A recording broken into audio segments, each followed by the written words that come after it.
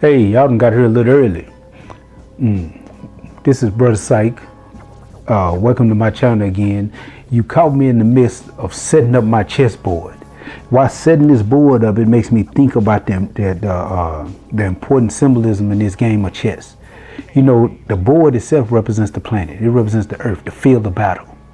You know, and all of the pieces have their symbolic representation. You know, the horse is the cavalry. You know, in the original chessboard, this was an elephant, and the game was called Shahmate. It's a Sanskrit word. It literally means the king is dead. But the horse, anybody that knows anything about chess, it moves in an L shape. And that's because of how the cavalry can move. You know, when they introduced the cavalry to warfare, people riding on horses, it was able to speed up the process of war. So if an enemy had cavalry and you didn't, that enemy could be up on you so fast without you even considering it, that usually that enemy could take you out if you was only fighting with infantry and no cavalry. The pawns represent infantry, and it represents the potential in human beings. Think about it.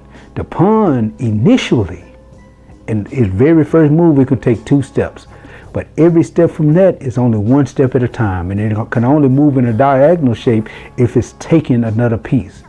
But those are the limitations of a pawn. So it's probably the weakest thing on the board, but it has the greatest potential, because if it makes it to the end of the board, even though the odds are against it, it has the ability to turn into any other piece on the board. Now, the most important piece on the board is the king. The king is the most important piece in chess. Why? Because the game cannot continue without him. The game cannot continue without the king. But the king can move in any direction, but only 1 step at a time. And this is symbolic, because the king must calculate his steps. Cannot move off emotion, cannot move off lust. You cannot move based on greed, but you must move on what's prudent and what makes proper sense. So the king must be slow and patient and make wise decisions, because his decisions can affect too many people. Now, the most powerful piece on the board is the queen. I just said the king is the most important, but she is the most powerful, because she can move in any direction on the board, any square that she desires. And she can move, as long as she's not being obstructed, at any pace. She can move all the way to the other end of the board. And this represents what a woman is supposed to be to a divinely guided man. See, a queen, because every woman ain't a queen. A woman is not born a queen. A woman develops herself, or is developed by another person, into being a queen. And in this build, what I'm going to talk about is setting up your chessboard, choosing a queen, and putting her in the right position. Let's build on that. Now, when I talk about setting up your chessboard, I'm talking about setting your life up in a way that will strategically bring about success, that will strategically assist you in getting the things that you simply want out of life. Now, one of the things that I should get a disclaimer first. I only talk to kings. So what I'm going to talk about is the way that a king should be looking toward two women, the way he should view things when picking a woman to be on his team, and picking a woman to hold that coveted position of being on his side while he's moving out into the world and trying to establish himself for power. That is what I'm talking about. I don't know how to talk to the local joker, the buster, the sucker. I don't know how to talk to those guys, and I don't know how to tell those guys how to choose women, because those guys have a different criteria for choosing women. Those guys are choosing women from a position of inferiority, from a position of doubt. And a king is choosing a woman from a position of power. So let's build on this a little bit. First of all, it makes all the sense in the world that when a king chooses a woman, the type of woman that a king wants is a queen. Now, I'll build on this in previous videos. You can check out some of my videos like Signs of a King, or the 6 things that a woman despises in a man, or even I have a video series, two parts called The War of Sexes, part 1 and part 2. Some extremely valuable, if not deep, information in those videos that helps us along on this subject. But I'm gonna give you a quick understanding of what a king is. A king does not mean that you're an authoritarian. It don't mean you get to tell everybody what to do. A king is not you the top dog, everybody needs to bow to you. That's not what a king truly is. See, a king is actually defined, and I've used this symbolism in previous videos. One of the standard things that you expect to see on a king is a crown. Now that crown is only symbolic. Example, when a lot of time when people get baptized, they go into the baptism expecting to feel something once they get dunked into the water. They expect to come out of the water and they expect the heavens to open up. And when you come out of the water, you don't feel anything. You know why? Because the baptism is only a symbol of something that has already happened. If you have been walking your path in your religion, then the attainment of what they call the Holy Ghost or that spiritual insight should have happened already. And the baptism is only a ritualistic ceremony that represents what has already taken place. Or the same thing with a graduation. When you graduate college and you walk across the stage in your gown, your cap and gown, and your tassel is taken on your hat and placed on the other side, and you're being awarded your diploma, the knowledge doesn't miraculously go into your head right then. You have put in the work. 2 years, 4 years, however long it took for you to get your degree, you have put in the work and you have acquired the knowledge, and you have proven the acquisition of that knowledge through test taking and things of that nature. So now what is happening is the ritualistic ceremony that recognizes the fact that you have got that knowledge is taking place. The knowledge doesn't just happen because of the ceremony. The ceremony is only a representation of the knowledge. And the same thing takes place with the king's crown. The king's crown does not be placed on the king and then boom, he's a king. The crown that's placed on the king is only the ritualistic ceremony that represents the kinghood. The crown represents something very important and one of the main aspects of what makes one a king. I broke this down before. The crown is usually round and it's usually gold with jewels in it, and it usually has points on it when we're looking at that old European crown. Now let's break that crown down. The gold is the color of the sun. The points represent the rays of the sun, and the jewels represent the different levels and types of knowledge that a king should have. Just like when you go to school, you take history, you take economics, you take business, you take biology, all these different schools of thought, and that's what those different crowns, the rubies, the diamonds, the sapphires all represent. That's going around the king's head. That's what those things represent. So essentially the crown represents the sun. And look at the position that the sun plays in the solar system. The sun is the center of the solar system, and it gives light and life and heat to the planets that it raises light on. It gives gravity because since it is the largest amount of mass in the solar system, every other planet in the solar system is trapped in the sun's gravitational pull and therefore rotates around the sun. So this is what a king's mind is supposed to do. So one of the first qualities of a king is to have the proper knowledge to give gravity and foundation to the people in your kingdom, to give them a proper orbit to move around on. If your knowledge is inexact and incorrect, then your people, your children, your woman, the things in your immediate vicinity will be all over the place. They'll be scattered. Imagine if the sun didn't have enough mass to keep the planets in orbit. They'd be running into each other. And that's what you find with a foolish king. So a king, your responsibility is not to be the authoritarian, but to be the authority. And as that, then your woman becomes a reflection of you. So what's a queen? A queen's crown is usually silver. It's usually smaller than the king's crown, not to diminish the woman, but it represents something that she is supposed to do. See, the queen's crown represents the moon.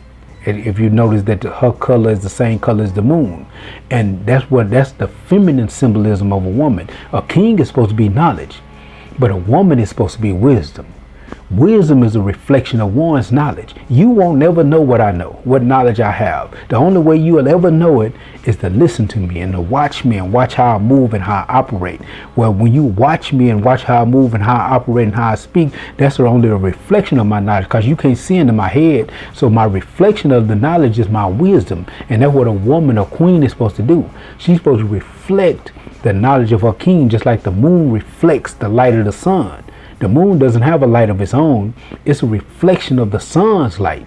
So even when you don't see the sun, you know the sun is still there because you see the reflection of the sun's light in the moon. And that's what a true queen is supposed to do. Even when her man, her king is not there, that queen is supposed to be on the scene, and you're supposed to be able to look at her, how she operates, how she moves, and you're supposed to know what type of man that she has. When other men talk to her, she's supposed to be able to turn them down in a way that gains extreme amount of respect for her man. And this is what women don't understand.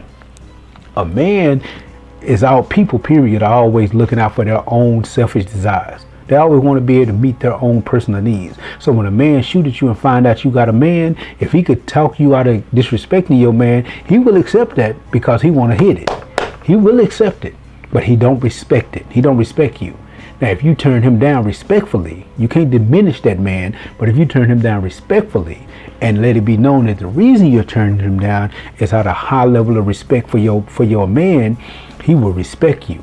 And in turn, respect your man. Because in his mind, he'd be like, man, she must have a hell of a dude that make her not step outside of him even when he's not around. That makes her so respectful of him that she's not willing to violate him even when he's not around. She's not willing to exchange numbers with me. She's not willing to sneak around behind his back and disrespect him. That must be a hell of a guy. And see, this is how men are. Let me explain to you something about men. Men compete with each other. And the two major things men compete with each other about, whether you like it or not, is money and women. That's why men are always flossing on each other. Men love to compete with each other because men on a materialistic level define their malehood on the quality of woman that they can attract and how much resources they're able to accumulate while they're on this planet. But back to setting up your chessboard. So in the process of choosing your woman, you want a queen. And as I just said, the queen symbol is the moon. So she is supposed to be able to reflect the knowledge of her man. Now here's the thing. If you don't have any knowledge to reflect and you see your nonsense reflected back at you, you cannot get upset. So it's your job to make sure that your knowledge is right and exact and sound, and you're reflecting that knowledge on a queen. Another thing is, when you choose a woman to be your queen, you got to see the potential for queenhood there.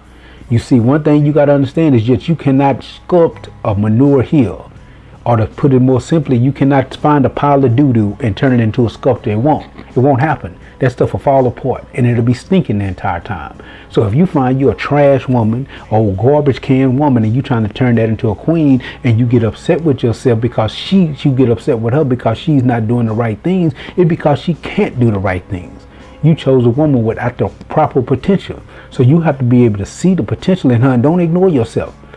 Don't ignore yourself because your instincts are always telling you. I don't care how cute she is. I don't care how fine she is. You look at her and your instincts are telling you things. There are signs about a woman that tells you that you're dealing with a woman that makes bad decisions or good decisions. There are signs about her. Signs about her just little levels of little simple things that happen that'll take place around a woman that you'll pick up on. I did a video called The Type of Women That a King Avoids. If she lies too much, you want to get away from that. You want to get away from that. And I explained it because she would diminish your God ability. She'll diminish that third eye in you and take away from your ability to trust your own instincts. If she do a lot of lying, you need to get away from that. If this woman loves to throw money away and spend a lot of money without thinking, without organizing, without strategizing, you need to get away from that. Because this woman is going to lead you to the poorhouse. If she has these false and negative ideas about what your job is as a man, because a lot of times in this society, and I don't know how this happened, being that this is a patriarchal society where men have tried their best to dominate women the majority of the time that we've been in this society, some reason men have been diminished to nothing more than what they can do for a woman. Men are not, the men's worth, personal worth is not valued. For some reason, they're not seeing humanity in men. You know, men have feelings. Men have desires. Men have their own dream. Men are people too. And a lot of times women don't see that. It seems that they have regulated a man's job to doing everything he can do for a woman like she's a pet. And that's not proper. And if you want a queen doesn't operate like that. A queen is able, just like on that chessboard, to participate in protecting, defending, and building the kingdom. That's what a queen is able to do. And that's the difference between a queen and a concubine. A queen is able to do that. Now let's look at a few of these things. Another thing that's very important when choosing a queen is you need submission and cooperation from a queen. Now I know I heard you women screaming right now. A queen doesn't submit, she dominates. No, she doesn't. Just like a king doesn't dominate. Remember I said earlier that a king is not an authoritarian, he's an authority. It's a difference. An authoritarian is someone who demands, it's like a dictator. I demand you to submit to me and bow down to me because I'm the king. That's what an authoritarian is. An authority, you automatically want to submit to that guidance because you understand that that person has made themselves a qualified expert on the subjects. That person has taken the time, and they respect you and themselves so much that they have literally taken the time to make sure that they know what the hell they're talking about. So when they make a move, a decision, when they make a play, that play is usually going to win championships. So you accept that that person is an authority on the subject, and you want to follow that. You want to follow what that person has going on. So when you're dealing with submission, submission isn't about losing your humanity. It's not about throwing your own freedom away. That's not what submission is. Break the word down. Sub means to go under, like a subway, a train that's underground. Mission is the goals. So the word submission literally means to go under the mission, to accept the mission. So when you submit, first thing, a man has to have a mission. You have to agree with the mission, and you have to agree with the strategy he has laid down to get it, and then you accept it. When you go to your job every day, you accept the mission of the job. Every business, every major successful business has created a mission statement. Smart businesses put that mission statement somewhere that you can see it when you first enter the building. And most people that are being successful in their jobs and have made it their careers have accepted that mission, and they are actually adding value to it. That's called submission. You believe in the mission of your company, and you're trying to bring that mission to life. You're trying to bring it to fruition. And that's all submission is when it comes to dealing with your man. You must submit. I've heard women say, well, shouldn't he submit to me too? No. And I'm going to use this. I'm going to use this scripture, Bible scripture. And by no means am I saying that a person has to regulate modern life in 2021 by things that was wrote 6,000 years ago. I'm not saying that. But a lot of people in this society like to utilize this, so it's important to understand it. It says that a woman is supposed to submit to her husband. But then it says that a husband is supposed to treat his woman like his own body. Think about what that means. That's the guideline. The woman is supposed to submit to her. She cannot submit if she don't believe in him. So she has to submit, and the man must treat her the way he treats his own body. So then it comes a question of, how do I want to be treated? How do I want to be talked to? How do I want to be cared for? What do I want to do to my own body? And this is how he is supposed to do his woman. See, the man, if he represents the thought process in this thing, then the woman represents the physical manifestation of the thought process. She is the body. That's what this is. That's what this whole thing is saying to us. So another thing that we're dealing with when dealing with women, and why you want to find a woman that's cooperative, is because a lot of times you have women that want a man and they'll choose a man, but they don't have any faith in a man. They don't believe in your ability to lead. I heard women say it all the time. Well, I'll submit to my husband. No, you won't, because you can't submit now. You don't magically become submissive because someone marries you. You go into the marriage, and in the marriage, you will be the person you was before the marriage. You don't become a new woman because you get pregnant. A lot of women think, well, if I get pregnant, I'll keep him. He doesn't become a new man. And a lot of men think if I get her pregnant, then that'll strengthen our relationship. She doesn't become a new woman. She's that same woman that you are having a problem with now before you get her pregnant. She's the same exact woman. And if you marry that woman before she becomes a wife, then you'll never have a wife. In scripture, again, it says that a man who finds a wife finds a good thing. It doesn't say that a man finds a woman and then she becomes a wife. It says you find a wife, then you find a good thing. So she is already a wife. She already has the characteristics and the personality of a wife, and you don't have to fight her and wrestle with her to make her that. And that's why I say cooperation. See, cooperation, I had a woman that I was dealing with. She told me, no, you always want me to cooperate. We should compromise. Think about that. If any of y'all watch basketball or football, think about the team going out onto the basketball court And instead of cooperating with each other, everybody knowing their roles, the shooting guard, the point guard, everybody knowing what role they're supposed to play and cooperating with each other to get a championship. Instead of doing that, they start coming, well, I want to be the shooting guard today. And they out there debating and negotiating and trying to compromise positions on the court. They're going to lose the game. No team can operate like that. A team has to cooperate with each other. The word cooperation means to work together. And therefore, if you got a non-cooperative woman, your team will never flourish. It will never win. So you have to get a woman who is able to submit, who understands that role, and who is able to cooperate. And you have responsibilities to her too. Because one of the things we have to understand is that you have to be at a certain type of point if you want a certain type of woman yourself. I don't want to make this video too long, but I'm going to give you a part 2 on this to finish building on this idea. Let's set up your chessboard. Peace.